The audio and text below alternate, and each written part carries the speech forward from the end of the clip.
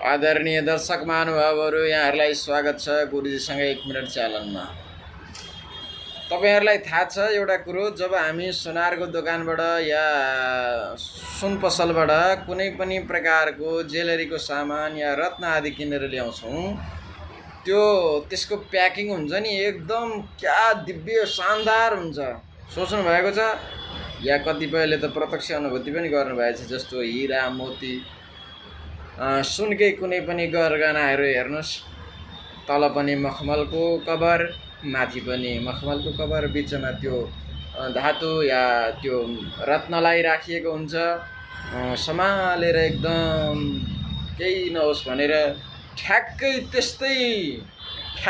त्यस्तै भगवानको राम नाम पनि हो, हामीले सम्हालेर राख्नुपर्छ। जस्तो कि माथि सगुण छ भने तल निगुण छ, बिचमा हाम्रो जिब्रो छ मुखमा, त्यसमा कसरी हजुरले पत्ता लगाउन सक्नुहुन्छ भने रा भन्दाखेरि हाम्रो मुख आ हुन्छ, म भन्दाखेरि ट्याक्क मुख बन्द हुन्छ। त्यस्तै जस्तो त्यो डिब्बा कसैलाई देखाउनु पर्यो भने हामीले कस्तो तरिकाले खुल्छ भने ट्याक्क खोलो, यसरी देखायो, ट्याक्क बन्द गरौ, यसरी खोलो, ट्याक्क बन्द गरौ। त्यस्तै राम भन्दाखेरि ट्याक्क डिब्बा हाम्रो मुख डिब्बा जस्तै खुल्छ, ट्याक्क बन्द हुन्छ। फेरि बडे सन्त महात्माहरू भन्नुहुन्छ कि यो राम नामलाई चाहिँ एकदम सम्हालेर राख्नुपर्छ।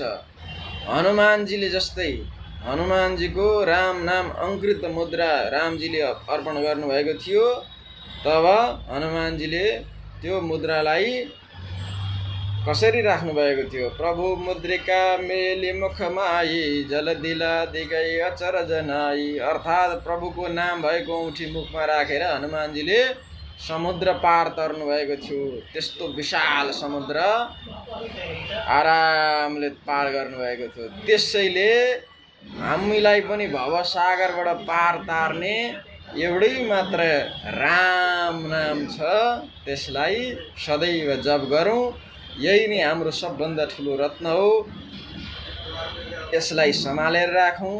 सबैले भन्नुस् जय श्री राम, प्रेमले भन्नुस् फेरि जय श्री राम, सीताराम। जति सक्दो यो भिडियोहरू सेयर गर्दै जानु होला हजुरहरूले, आफ्ना साथीहरूलाई, आफ्नो बन्धु बान्धवलाई अत्याधिक मात्रामा सेयर गर्नु होला। जय श्री राम।